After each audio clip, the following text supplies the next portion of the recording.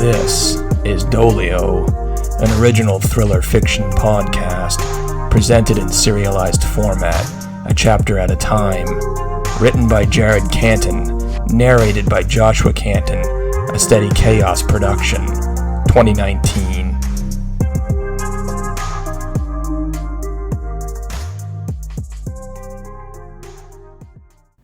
Previously on Doleo. Can you describe this person?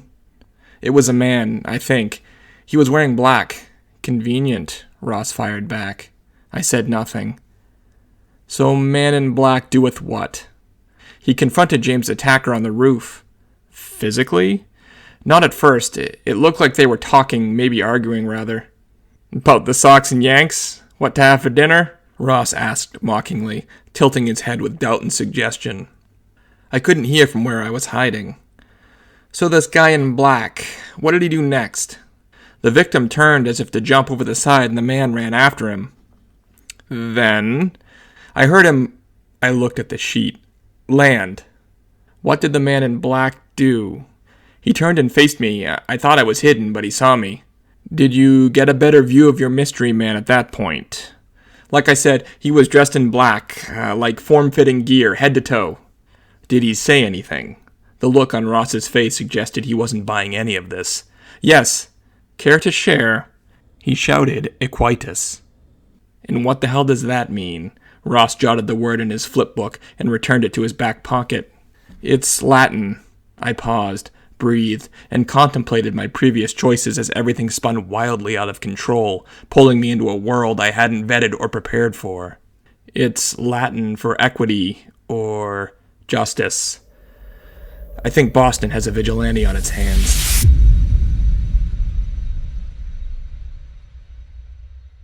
Episode 11, Breaking Point.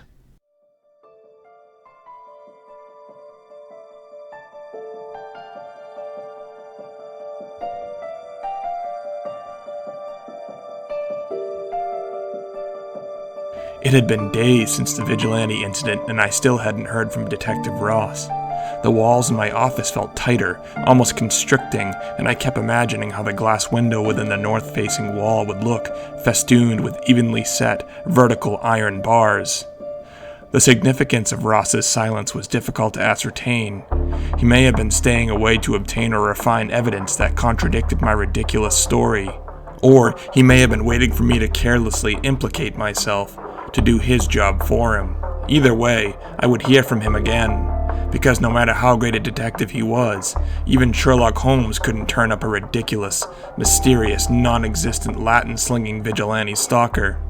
After all, the hardest vigilantes to catch are the ones that don't exist.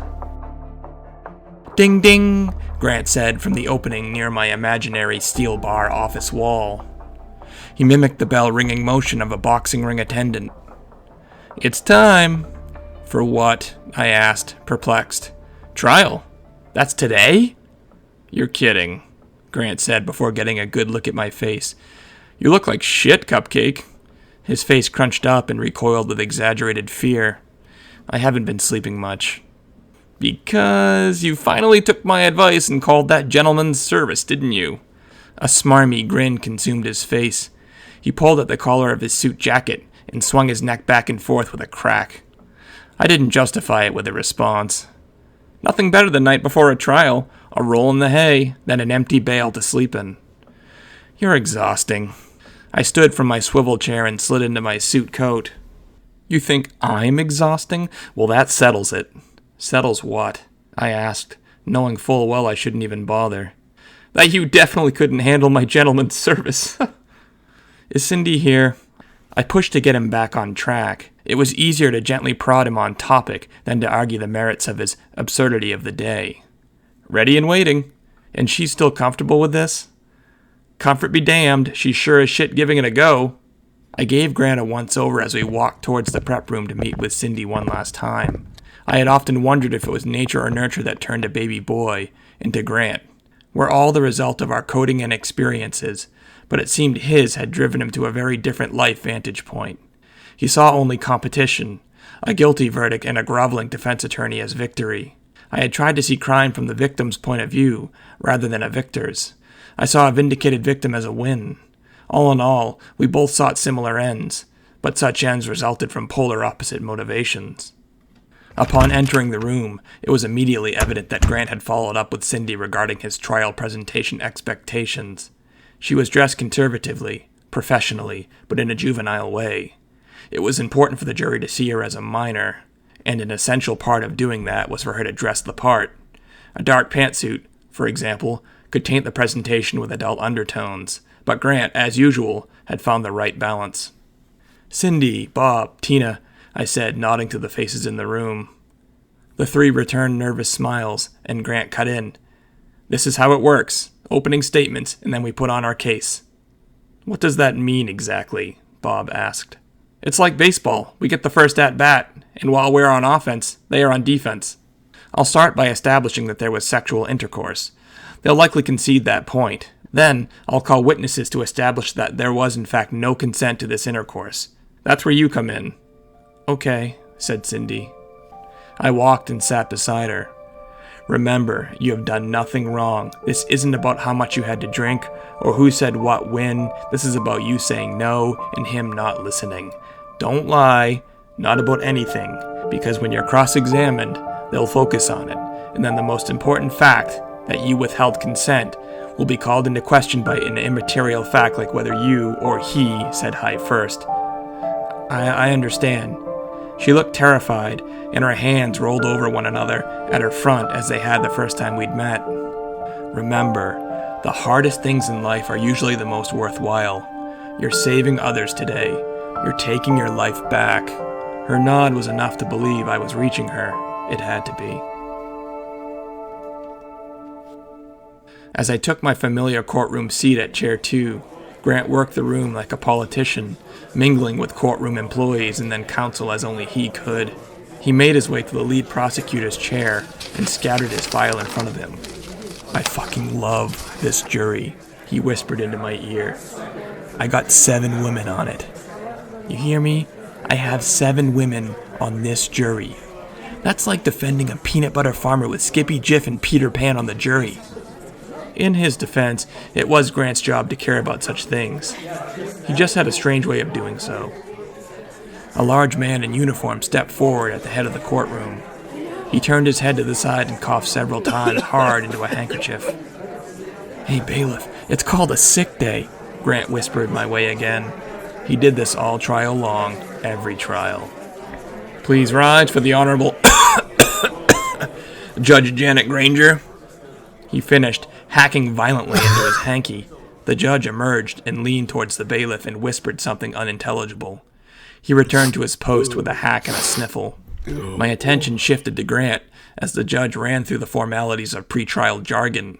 Many states had adopted rule of law briefings and standardized juror instruction, kind of a jigsaw puzzle approach to how to determine a defendant's guilt. To finish the puzzle and toss this person in prison, you must have these 4 corner pieces. At this point, I could recite them verbatim for rape, murder 1, 2, felony murder, and negligent homicide. I didn't relish in my mastery of this skill. It was just another reminder of everything I had seen in this job, and everything the brave witnesses I had worked with had endured in my city. It was nothing to celebrate pridefully. It, even I, was an unfortunate necessity. Grant's palms were flat on his desk, and his head tilted forward. An ex-jock, he had always approached trial like a sporting event, and before every event he took a momentary meditative pause while the judge rambled on with formalities. It was the only time he was quiet at trial, including when the defense had the floor, as Grant was renowned for blurting nonsensical objections to halt the defense counsel's rhythm. One trial, after a particularly meandering and verbose inquiry from the defense counsel, Grant had objected to the attorney's callous abuse of the English language. Through a chuckle, the judge reminded Grant that such objections could result in contempt and a fine, when and if they no longer proved entertaining. Grant was standing before I even realized that the judge had requested he deliver his opening statement. As he stood, I glanced to my right past the seat that Grant had just vacated. The defendant's attorney was well dressed. His suit was fitted and tapered neatly at his waist. He had a peer with him, younger, live eyes. She studied the room intently, curiously, with purpose. We weren't dealing with a public defender or strip mall advocate. This defense team had some juice. Your Honor, ladies and gentlemen of the jury, as you just heard, there are not a significant number of elements required to meet the burden of proving that this man heinously raped a young girl, forever depriving her of the sanctity and safety of her own body. All we, the state, must prove for this man to pay for his crime is 1. That he had sex with the victim, and 2. That she said no. She needn't fight and kick or scream. If she said no, if she said stop, then consent is withheld, and he had to stop. The defendant is 20 years old. He was at a college party, at a college he doesn't even attend. Why, you might ask? For one, it gave him access to young, vulnerable women. He attended this party with the drug Rohypnol in his possession. He used that drug to inebriate a young girl, and then after she said no, he raped her. Grant took a longer stroll towards the jury, and stopped just shy of leaving the prosecutor's permitted zone. At my right, the defendant squirmed in his seat. He looked every bit the 20 years Grant had said he was. He had a full beard trimmed close to his face, and a long, wiry, yet powerful frame. He wasn't restrained, and he was wearing a suit with a jacket that hung a little loosely from his broad shoulders. The suit was gray, and he had stared at Grant with a contempt that most defendants in his position all shared. His head rotated left, and his dark eyes met mine with an unwavering commitment. He held the stare for several seconds, before I turned away, back to Grant as he continued his statement. The victim was drugged, the victim was under the influence, and the victim, before the defendant perpetrated this awful act, was a virgin. Objection, Your Honor. The Commonwealth's rape shield laws forbid exploration of the accuser's sexual history. If the defense cannot challenge this assertion by law, the prosecution certainly cannot state it as fact. Your Honor, victim shield laws exist to protect victims from violent criminals, not to protect violent criminals from facts, Grant contended. But he knew it didn't matter. The cat was out of the bag. The jury had heard what he wanted them to hear. The objection is sustained. The jury should not consider the sexual history of the witness, as that is a topic of investigation we are legally prohibited from exploring. Please strike it from the record, and I'd appreciate it if the state would refrain from such tactics in my courtroom, the judge scolded. My apologies, Your Honor. Grant threw up a hand repentantly. As I was saying, the state will prove that the defendant did have intercourse with the victim. Secondly, Grant held up 2 fingers, we will prove that the victim resisted and withheld consent verbally and physically. Lastly, we will provide testimony, including the victim's, to confirm beyond a reasonable doubt that she said no, and the defendant disregarded her pleas and raped her violently and ruthlessly. Thank you. Grant nodded to the jurors and took his seat. Nailed it, he whispered exuberantly, with an elbow into my side. The defense attorney rose, buttoned his jacket at the front, and smoothed his suit with his palms. Ladies and gentlemen of the jury, I'd like to thank you for taking the time out of your busy schedules to come here and help a young man. Protect his life, his one life, from the false accusations of a scared girl. Bush League, Grant muttered from behind a manila folder that he held in front of his face. The defendant, my client, Paul Friedman, did have sex with the victim. He had consensual sex with a girl at a party, at a college, that Paul himself used to attend. He didn't drug her. There were over 40 guys at the party, and any one of them could have drugged her. He didn't rape her. In fact, she asked him upstairs, where the two did what consenting adults in college sometimes do. This is a simple case of regret. A young woman goes to a party, gets out of control, is inexperienced with alcohol, has sex, gets scared, and instead of owning up to her actions, blames them on someone else. Is she a bad person? No, of course not. But she's scared, and scared people make bad decisions. Over the course of this trial, we will concede that the two had sex. The accuser, as the two prepared for a consensual sex act, even asked my client to wear a condom. Does that sound like the behavior of a victim, or a willing, knowing, consenting participant? My client eagerly complied with her request. Does that sound like the behavior of a rapist? Of course it doesn't. We will demonstrate that the prosecution simply cannot prove beyond a reasonable doubt, and that is the standard here, that this wasn't consensual.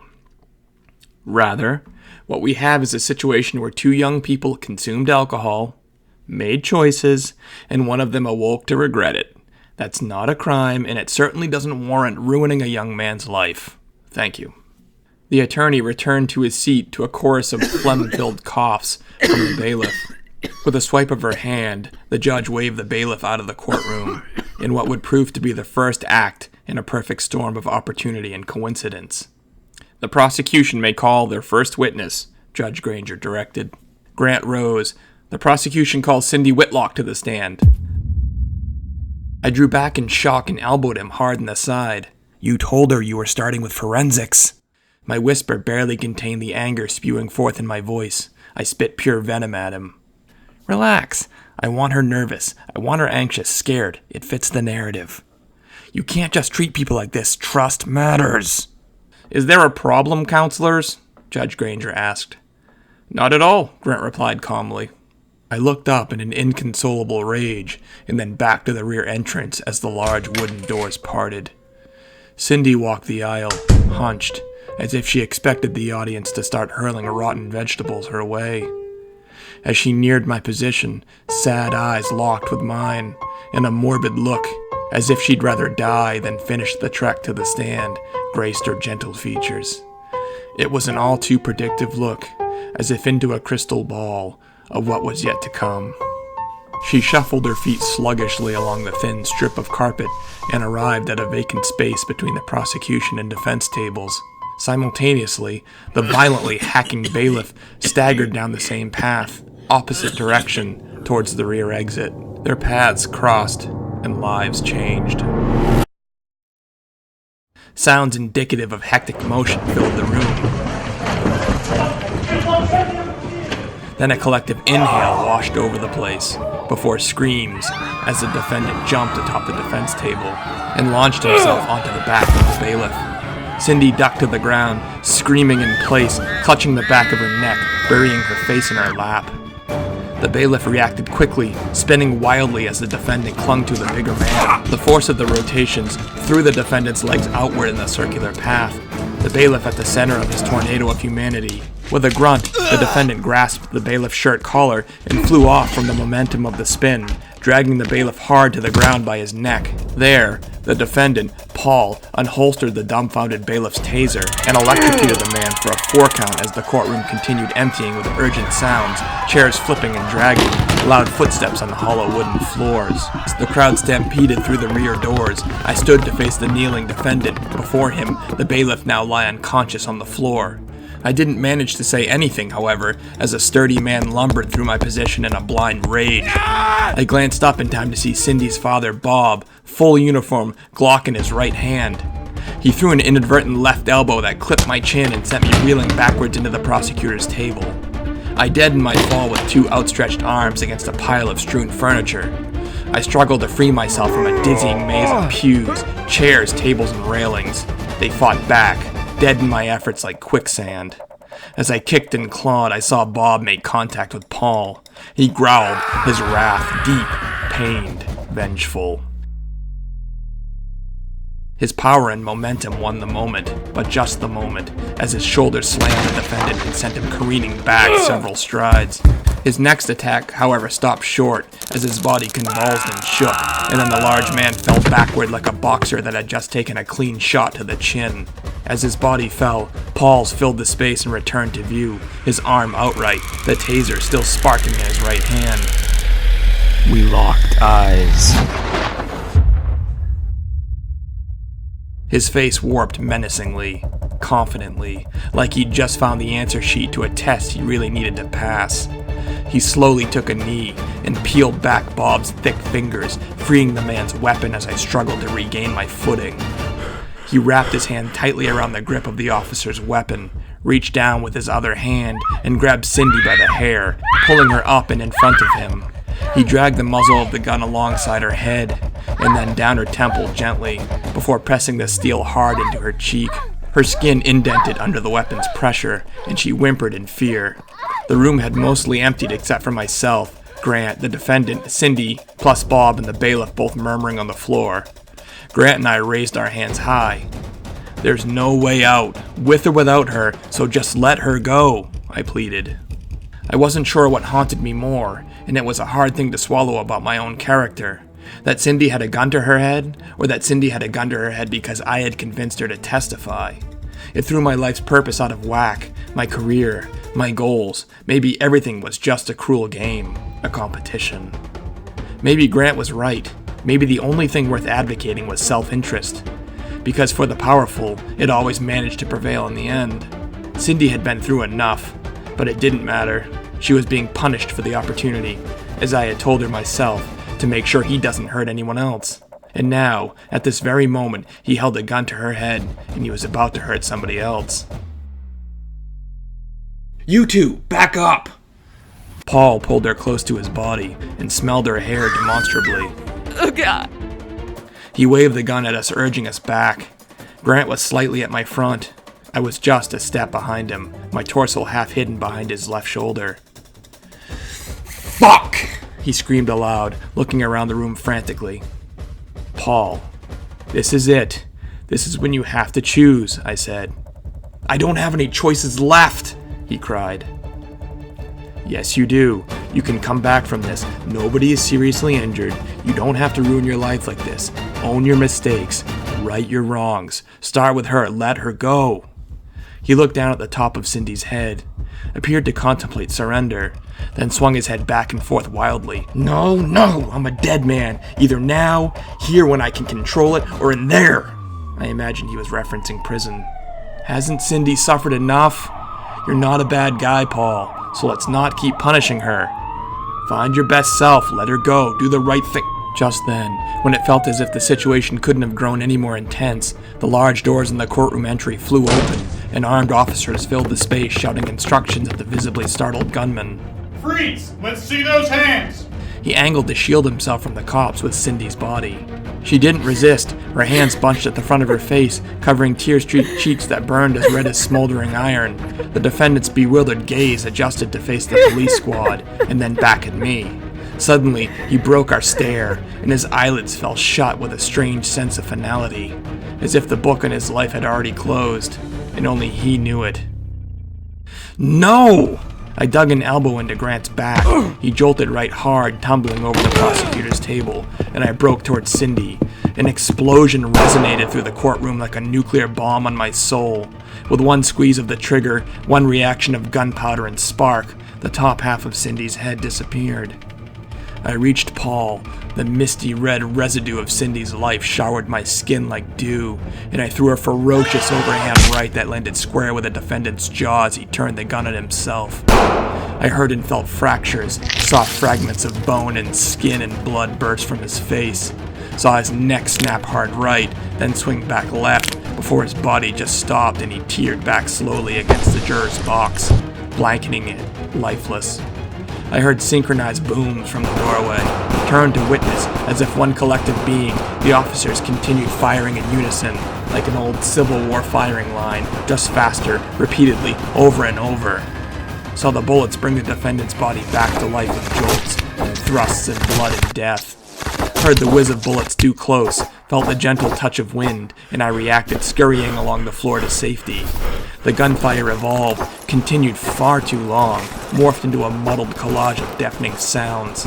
I looked up, saw as splinters and debris erupted around me, saw the defendant sag and then slump to the ground, blood pooling everywhere. Where his mouth had been was no more. Just a twisted, broken face, pouring a continuous stream of blood. His chest was littered red, his shirt shredded. His arm somehow remained outright, and then it fell, and his gun clanked to the floor, discharging one final round.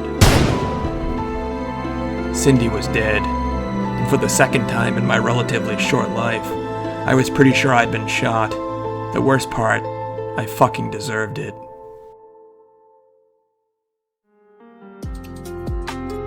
Thank you for listening. If you enjoyed Doleo, please come back for future episodes arriving at regular intervals, and subscribe and rate us on your favorite podcast application. If you enjoyed this production, please visit the SteadyChaos Productions YouTube page and subscribe for more content from our production team.